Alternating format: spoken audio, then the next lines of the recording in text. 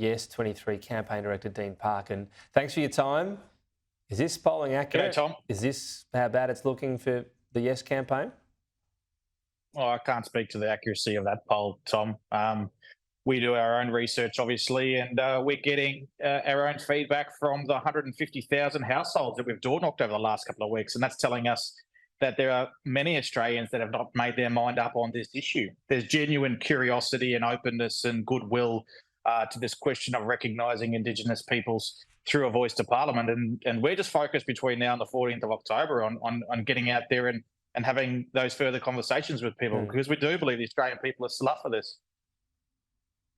When you say, you're not responsible for that polling, fair enough, but there has been a whole stream of polling from all the big polling agencies in Australia that says no is well ahead in this contest. And when people point to previously inaccurate polling, that might have been, 1 or 2% basis points, that is, for example, at 2019. So polling wasn't very wrong, it just didn't quite predict the winner.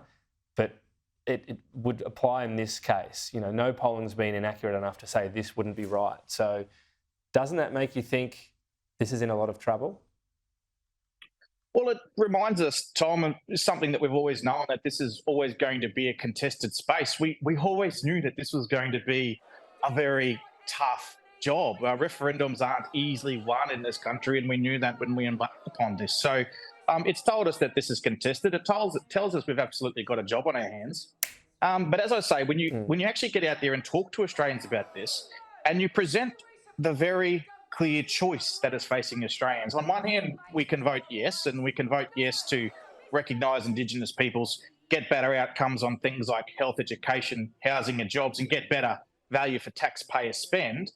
And all the no voters offering is more of the same failed policy, more of the same waste of investment into Indigenous communities where everybody wants to see a real change. So again, when you have that conversation with people, when you talk about the real choice that's on offer here, people understand that the only way for us as a nation to move forward and to see real change for Aboriginal and Torres Strait Islander peoples is by voting yes. It's a very, very clear choice.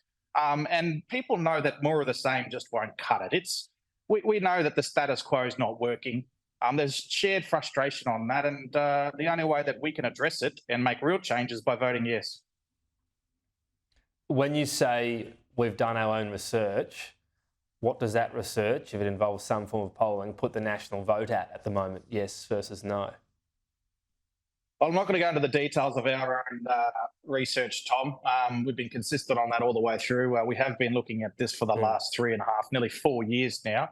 It shows us exactly what I've just talked about.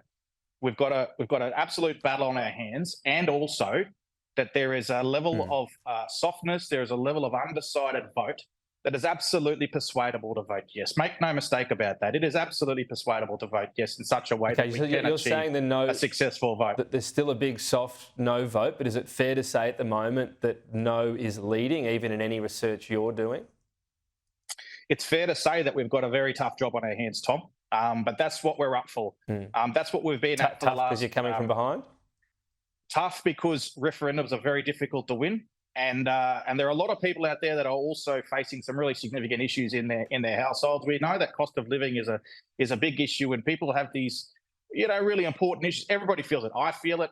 We as a campaign feel that every Australian is touched by this. We know it's difficult, but we also believe in, and we've seen consistently on this issue, in the ability of Australians to take on those challenges and also rise to the occasion, be a generous people, and say also, we need a real change for Aboriginal and Torres Strait Islander people, and that's by voting yes, that's what we get, and by voting no, we get the status quo.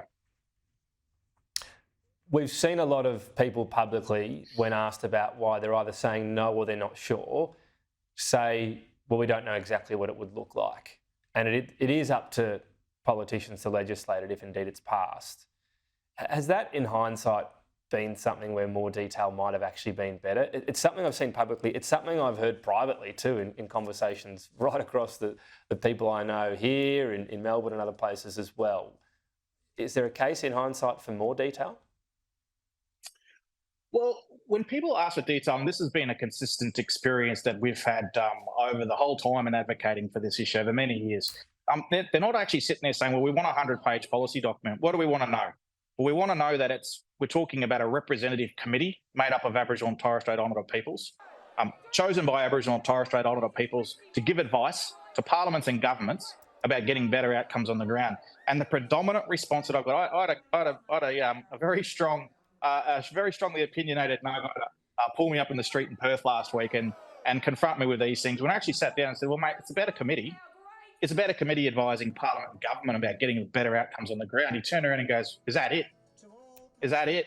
And I said, yeah, that's what this is all about. It's about getting better outcomes on the ground. So, look, I think there still is, unfortunately, a level of misinformation and miscommunication that has been there from the no camp that has tried to turn this into something that it's not. We actually talk about that this is a committee made up of Indigenous people advising on getting better outcomes and better taxpayer spend. Right, but that's people the understand point, right? that. Yeah, that seems fair enough.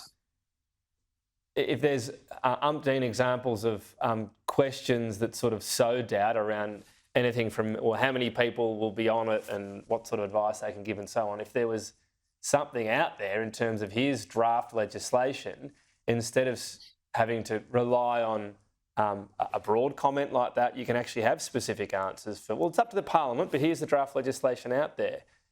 Is that going to be something you might look back on and say, actually, that might have been the path to go down?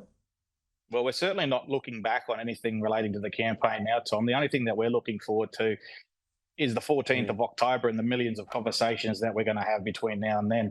And as I say, when you actually do have that conversation and I will say misinformation that has been spread by those in the no camp about what this is. I mean, when you listen to some of the commentary around this from the no camp, they are determined to talk about everything else other than the actual provision and what this change, the referendum, actually is. That's because they know when Australians do have the opportunity to engage with it, they see it as a very reasonable, a very fair thing to do. And that is why the entirety of our focus between now and the 14th of October, certainly now that postal voting registrations are opened and the enrolments process is just about to come to a close, that's why we are utterly focused on continuing that conversation across the board. Just finally and briefly then, you talk about how you're getting very positive responses personally versus, I guess, the overall polling. I mean, maybe if I can suggest this, you're quite a personable representative. I've met you before. Are you just sort of getting people telling you what you'd like to hear to a degree? And as a result, the polls are accurate? Does that worry you? Well, our focus and all of the work that we're doing, the 150,000 households that we've door-knocked over the last few weeks, the entirety of the effort of the 37,000 volunteers that are out there on the ground is very targeted at those undecided segments of the Australian voting population. We're not out there talking to our mates. We're out there talking to Australians who have not made their mind up on this. That's why, the polls will do their job, Tom. I'm not dismissing them. There's a lot of really smart people that are involved in that industry and they've got jobs to do. But our job is not to sit back and comment on what they've got to say. Our job is to have the conversation with the Australian people, which is what we've been doing. You're only going to see more of it between now and the vote. You're going to see Australians out in force on the streets this weekend on the 16th and 17th of September as tens of thousands turn out in support of the yes vote in marches across the country. That's where we'll be, on the ground with the people, talking about why yes vote's important, because the no camp don't have any solutions. They've got nothing to offer other than more of the same. The yes camp, the yes case and the yes vote is about that real practical change for Aboriginal and Torres Strait Islander peoples, and Australians want to see that. That gives us encouragement about the period between now and the vote. Got to leave it there. Dean Parkin, thank you.